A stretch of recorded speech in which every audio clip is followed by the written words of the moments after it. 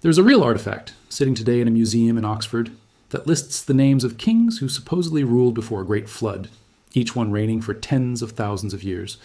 One king is recorded as ruling for 28,800 years, another for 36,000. These are not exaggerations added by modern retellers chasing views. They are written directly into the ancient text itself, carved into clay roughly 4,000 years ago. For decades, fringe theorists have pointed to numbers like these as proof that the kings of early Sumer were not ordinary humans at all, that their unnaturally long lives, and in some retellings their unnaturally large bones, suggest something other than our own species sitting on the throne of the world's first cities. The real explanation turns out to involve actual archaeology, actual royal tombs excavated nearly a century ago, and one of the most successful photo hoaxes the internet has ever produced. Here is the real story, piece by piece. The artifact at the center of this is called the Sumerian King List, and the most complete surviving copy is a four-sided clay prism, now held at the Ashmolean Museum in Oxford, catalogued as the Weld-Blundell prism after the collector who donated it. It was compiled by ancient Mesopotamian scribes, likely during the early 2nd millennium BCE, drawing on earlier records and oral tradition to construct a continuous list of rulers stretching from a mythical period before a great flood through the historical dynasties of Sumerian city-states like Kish, Uruk, and Ur. The list is genuinely one of the most important documents we have for reconstructing early Mesopotamian political history, and historians and archaeologists treat it with real scholarly seriousness, while also recognizing, openly and explicitly, that the earliest entries on it are not meant to be read as literal historical fact in the same way later entries are. The reign lengths assigned to the pre-flood kings are the part that fuels almost all of the speculation. According to the list, the king Alulim ruled the city of Eridu for 28,800 years. His successor, Alulgar, ruled for 36,000. By the time you reach the end of the antediluvian section of the list, the combined reigns of just 8 kings add up to well over 200,000 years, an impossible span for any human life by any measure we understand today. Historians and Assyriologists, the specialists who study ancient Mesopotamian texts and languages, have spent more than a century proposing explanations for these numbers, and several converging lines of evidence point toward the most widely accepted answer. The figures are products of the Sumerians' sexagesimal, or base 60, number system, combined with a deliberate scribal tradition of using enormous numbers to express the sacred, foundational, almost mythic status of the earliest rulers, the way other ancient cultures used genealogies stretching back to gods or culture heroes to establish legitimacy, rather than recording literal lifespans. This is not a unique or unusual move within ancient literature. The Hebrew Bible records patriarchs living for hundreds of years before a parallel flood narrative. Ancient Greek and Egyptian sources contain similarly inflated symbolic figures for early legendary rulers. Modern scholars studying these patterns across multiple unrelated ancient cultures generally agree that extreme longevity attributed to pre-flood or founding figures functions as a literary device signaling deep antiquity and divine favor, not as a literal genealogical record meant to be taken at face value the way you would take a modern birth certificate. Once you understand the cultural and numerical conventions at play, the outlandish reign lengths stop looking like evidence of a non-human ruling class and start looking like exactly what specialists in the field have concluded they are: a deliberate, recognizable literary convention shared across multiple ancient civilizations. So where does the idea of unusual or non-human bones specifically come from, since that's the part of this story that goes even further than the reign lengths alone? This is where the story leaves Mesopotamian scholarship entirely and enters into a completely different and much more recent phenomenon: internet image hoaxes. Starting in the early 2000s, a series of digitally altered photographs began circulating online, showing archaeologists standing inside excavation pits next to enormous human skeletons, several times larger than an ordinary person, supposedly discovered at various sites around the world. These images were, without exception, digital composites, created using photo editing software, in some cases traced back directly to entries submitted for online photo manipulation contests on forums dedicated to that exact kind of digital art. Several of the most widely shared versions have been definitively traced to their original, unaltered source photographs, archaeological excavation images entirely unrelated to giant skeletons, that were then digitally edited to insert oversized bones into the scene. No archaeological institution, museum, or peer-reviewed excavation report anywhere in the world has ever recorded the discovery of an anomalously oversized human or non-human skeleton at a Sumerian site or any other ancient Mesopotamian site, at any point in the long history of excavation in the region. What real archaeology has actually recovered from Sumerian sites is, in its own right, extraordinary, just not in the way the hoax images claim. Between 1922 and 1934, The British archaeologist Leonard Woolley led an extensive excavation at the ancient city of Ur, uncovering what is now known as the Royal Cemetery of Ur, a collection of burial chambers dating to roughly the middle of the 3rd millennium BCE. Among the most famous finds was the tomb of a woman identified through inscribed seals as Puabi, buried with an elaborate headdress of gold and lapis lazuli, jewelry, and an enormous quantity of grave goods, along with the remains of attendants who appear to have been sacrificed as part of an extraordinarily elaborate burial ritual. The skeletal remains recovered from these tombs have been studied extensively by physical anthropologists in the decades since, and they show ordinary human anatomy, consistent with the population of the region at the time, with no anomalies suggesting anything other than fully modern human biology. This matters specifically because the Royal Cemetery of Ur is one of the very few places in the Sumerian archaeological record where we have direct, physical, skeletal evidence connected to the ruling elite of an early Sumerian city, rather than just inscriptions and king lists describing rulers in text alone. If there were ever going to be physical evidence supporting the idea of a biologically distinct ruling class, an actual royal burial site like this is exactly where you would expect to find it. Instead, what nearly a century of careful excavation, conservation, and anthropological study has produced is confirmation of ordinary human remains, accompanied by genuinely extraordinary sophisticated material culture, gold work, lapis lazuli inlay, elaborate musical instruments including lyres decorated with gold and precious stone that reflects the real wealth, skill, and organizational complexity of early Sumerian civilization, without requiring any explanation beyond skilled human craftsmanship and a highly stratified, wealthy society. There's a broader pattern worth understanding here too, because giant skeleton legends did not start with internet hoaxes, and they are not unique to Mesopotamia. Throughout history, many cultures around the world have developed legends of ancient giants, often directly inspired by the genuine discovery of large fossilized bones belonging to extinct animals,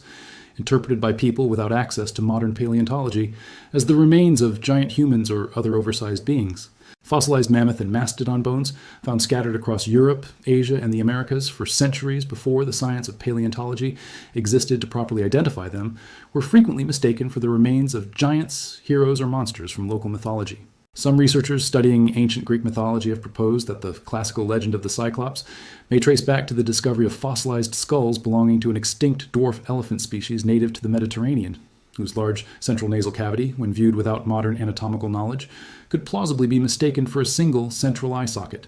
These are genuinely fascinating examples of how real fossil evidence, misunderstood through the available knowledge of the time, can generate entirely new mythological traditions that persist for centuries. They are also a useful reminder that ancient peoples were perfectly capable of encountering real, unusual physical evidence and building stories around it without any of those stories needing to be literally, biologically true. Put all of this together, and the actual answer to where this myth comes from becomes clear piece by piece. The Sumerian King List is real, ancient, and historically significant, and its impossible reign lengths reflect a documented ancient literary convention for signaling sacred antiquity, not literal biology. The royal tombs of Ur are real, extensively excavated, and have produced ordinary human remains alongside genuinely extraordinary material wealth. The idea of giant, non-human bones connected specifically to Sumerian kings traces directly back to digitally manipulated photographs that originated in online image editing communities in the early 2000s, fully documented and traceable to their original, unaltered source images. No legitimate archaeological excavation, anywhere, has ever recovered skeletal remains from a Sumerian king or any other ancient Mesopotamian ruler that failed to match ordinary human anatomy. The mystery, once you actually trace it back through the real archaeological and digital record, was never really a mystery about ancient bones at all. It was always a story about how a striking image, however fake, can travel further and faster than the genuinely remarkable, well-documented archaeology sitting right behind it. It's also worth understanding exactly how the Weld-Blundell prism itself was discovered and studied, because the genuine archaeological history here is interesting enough that it deserves to be told properly, rather than skipped past on the way to the more sensational version. The prism was acquired in the early 20th century and has been studied continuously by Assyriologists ever since, alongside several other partial copies of the same king list recovered from different sites across Mesopotamia, copies that allow scholars to cross-reference variations in the text and reconstruct a clearer picture of how the list changed and was copied across different scribal traditions over centuries. This kind of cross-referencing is standard practice in the field, and it is exactly how scholars identified the base 60 numerical patterns underlying the inflated reign lengths in the first place, by comparing how the numbers behaved across multiple independent copies, rather than treating any single tablet in isolation. The fact that multiple separately discovered copies of this list, recorded by different scribes in different locations, show consistent internal patterns in how the antediluvian reign lengths are constructed, is itself strong evidence that we are looking at a deliberate, shared scribal convention rather than an arbitrary or accidental set of numbers that just happen to look unusual to modern readers. There's also more recent and more rigorous archaeological development worth mentioning here, because it shows how seriously the broader question of dating early Mesopotamian history is taken within the field. Archaeologists have spent decades cross-referencing the later, clearly historical portions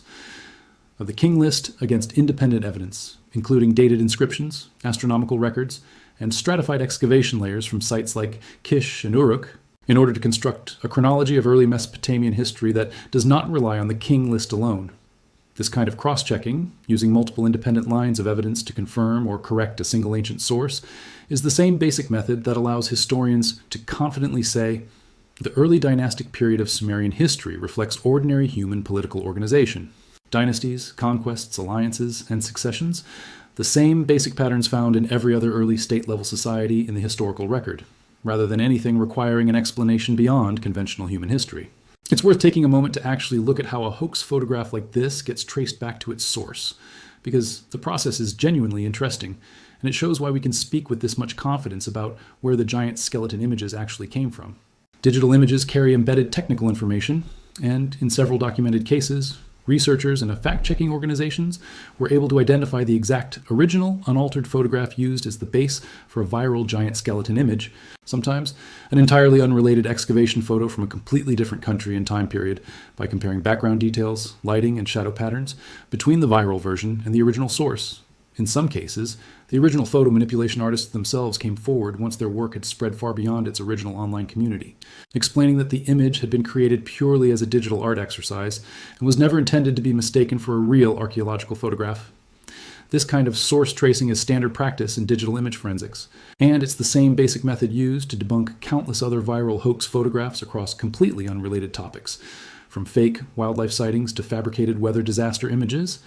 The giant Sumerian skeleton photographs are not an unusually mysterious case in this regard. They are a thoroughly, repeatedly documented example of a well-understood internet phenomenon, a piece of digital art losing its original context as it spreads, until later audiences encounter it stripped of any indication that it was never meant to be taken literally in the first place. So when you trace this entire claim back through every layer, the genuinely ancient clay prism in Oxford,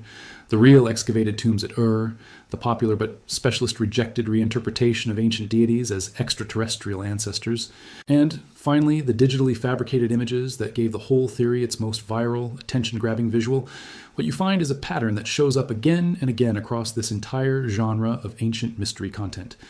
Genuine, well-documented history gets used as a credible-sounding foundation, and then a separate, much more recent and far less credible claim gets quietly stacked on top of it, borrowing legitimacy from the real archaeology underneath without ever actually being supported by it. It's worth pointing out one final, fairly simple fact that often gets overlooked entirely in retellings of this myth. Physical anthropology has come a remarkably long way since Leonard Woolley first excavated the Royal Cemetery of Ur in the early 20th century, and modern researchers have continued returning to those original skeletal remains using techniques that simply did not exist 100 years ago. Advances in osteological analysis, the detailed scientific study of bone structure, allow modern researchers to determine an individual's approximate age, sex, general health, and any unusual skeletal features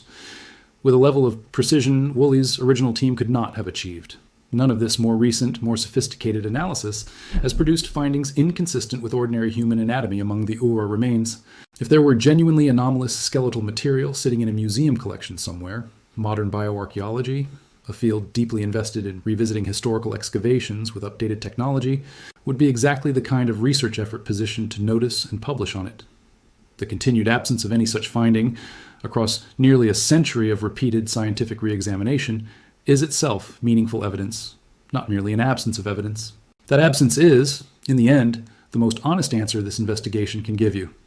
Not a hidden discovery quietly buried by institutions afraid of what it might mean, but a century of open, repeated, independently verifiable scientific examination that simply never found what the legend claims is there.